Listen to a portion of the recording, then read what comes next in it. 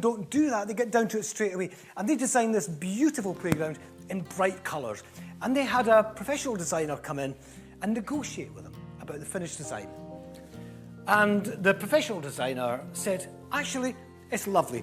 All I would do is perhaps move some things around, just for spatial safety reasons. He said, for example, if you're coming down this amazing chute that you've drawn, you don't want someone on a swing bumping into them. Sheldon says, actually we do. Is about people, nothing else.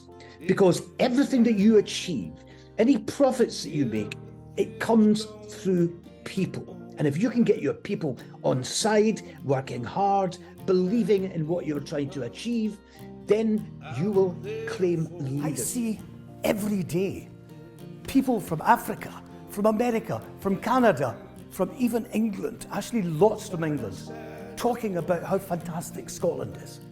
And they tell stories, and stories sell. They don't walk along the road like this, like you and I, do they? They avoid the cracks in the pavements, they skip, they walk backwards, they walk on walls, they swing on anything they see. Where has that gone? Some of you still do that, I know, but it's when you're pissed, right? But our natural instinct on that side is to experiment, is never to see a challenge as insurmountable. A year where creativity isn't just celebrated in the theatres and the galleries and the concert halls, but it also becomes part of the way we think about those challenges which currently beset us. I was moved to another building site on the other side of town in Earls Court. And I was welcomed by a big Welsh foreman with a broken nose and a soft hat. He put his arm around me and says, Michael, I want to show you something before you start. And he showed me into this hut. I probably should have been worried. But he said, these are the plans. This is the palace we're building. And I thought, a palace? I'm building. Because every experience before that, and I had lots of jobs, by the way. This is when I was 21. Every previous experience was, you are just here to do tasks. And here was someone saying to me, you're building a palace. This may not sound that impressive to you, but I can tell you what the impact it had on me. I suddenly felt a swelling in my chest. I felt I was part of something much bigger, something bigger than myself. I was going to be putting something up to the London skyline that would gleam for years to come. I would have a lasting legacy in London.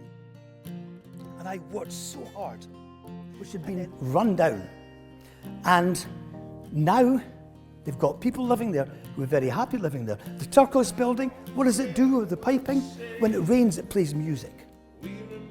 So now it's become a tourist attraction. From a desert in Dresden, it's become a tourist attraction just by using a bit of imagination. The world. A man whose own background is one of constant reinvention and whose message is just the kind of positive vibe that's so refreshing in this age of spin. The world is full of possibility. The world is full of opportunity. The world is full of spaces for me to make a mark, to make a positive imprint. And that is the future. And it's a big change.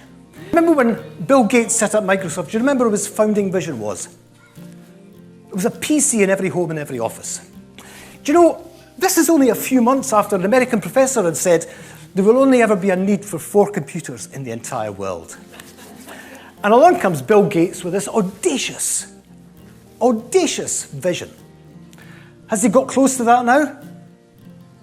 Unbelievable, isn't it?